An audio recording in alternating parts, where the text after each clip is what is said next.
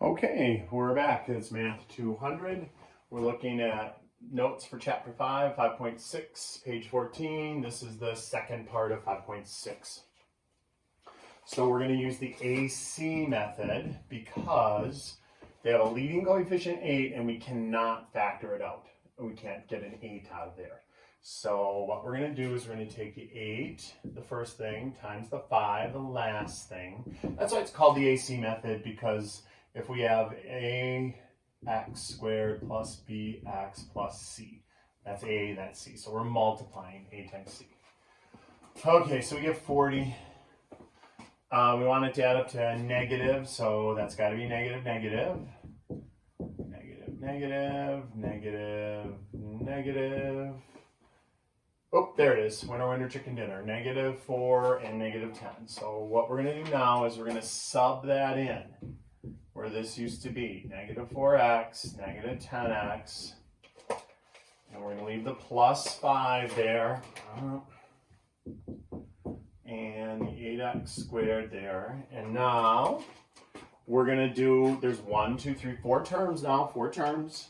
We're going to do greatest common factor, greatest common factor, greatest common factor. So first we can pull a 4x out, that's the GCF.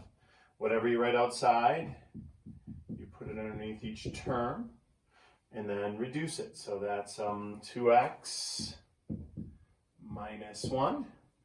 This one is a little tricky. We're going to have to pull out a negative 5 because I want it to match this exactly, 2x minus 1. If I just pull out a 5, I'll get negative 2x plus 1, and it won't be the same.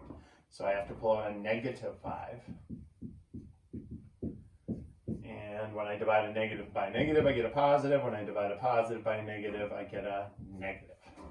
Now, voila, this matches this, and we can finish it off.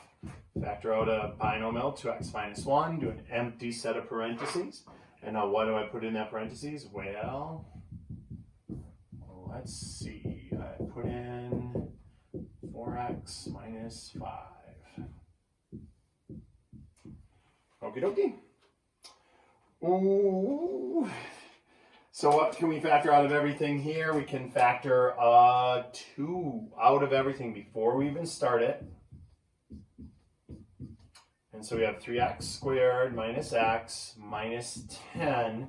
But now we still have to use the AC method because of this. If this wasn't here, if it was just x squared, we could just say, oh, multiplies be that, adds be that, and we'd be done as soon as we found the right combination.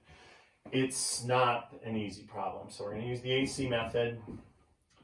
3 times negative 10 is negative 30. We're going to look at suspects for negative 30, negative 1 and 30, negative 30 and 1, negative 2 and 15, 15 and 2, negative 5 and 6, negative 6 and 5. Oh, we can stop. Negative 6 and 5. Did it, so we're going to sub that in. We're going to put negative 6x plus 5x in where the 1x used to be, the negative 1x. This is going to stay minus 10. This is going to stay 3x squared. That 2 is still out front. And now we do factoring by grouping. So you say, what can we pull out of the first 2? That would be a 3x. Divide it, so we get x minus 2. What would we pull out of the second 2? That would be a 5. Divide it, we get x minus 2.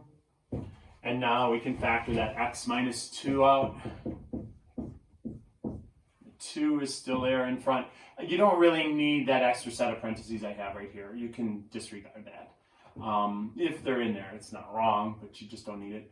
And then let's see, if I divide this by x minus 2, we're left with 3x. And if I divide this by x minus 2, we're left with 5. And the plus is still right there. Okay, oops, not the 2, the 3x.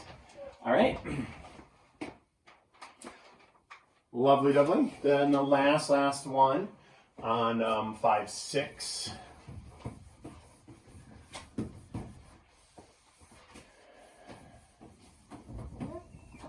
Is factoring with substitution. So look, we've got this problem, r plus 1 quantity squared plus 8 times 4r plus 1 plus 16.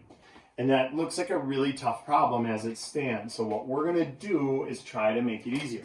we're going to replace 4r plus 1 with w or a or whatever you want. I usually stay away from x for substitution, so you remember to put it back. So w squared plus 8w plus 16. Well, now if we look at this, it looks like a much easier problem instead of that. All right, so that's a leading coefficient of 1. So, hey, easy factoring. Multiplies to be positive 16. Adds up to the 8. So we're looking at everything 1 and 16, 2 and 8, 4 and 4. Got to be the 4 and the 4, right? That adds up to 8. Multiplies to be 16. And we're done factoring. So no subbing it in, no AC method. And the reason we didn't need the AC method was because there was a leading coefficient of 1. So we can just do simple factoring. Multiplies be that, adds be that. But we're not done, because if you look at the original problem, there wasn't a W there. There was an R. So what we have to do now is sub back in that W for R plus 1 plus 4 and for R plus 1 plus 4. And now we can add those up. And so 4r plus 5 and 4r plus 5. That is actually easier than multiplying all that out, multiplying that, putting it all together, and then factoring. Ugh, we did that. I did that for one class, and I don't even have enough whiteboard to do it here, so we're not going to do that. So that's it for 5-6. We'll continue with notes in 5-7 next video.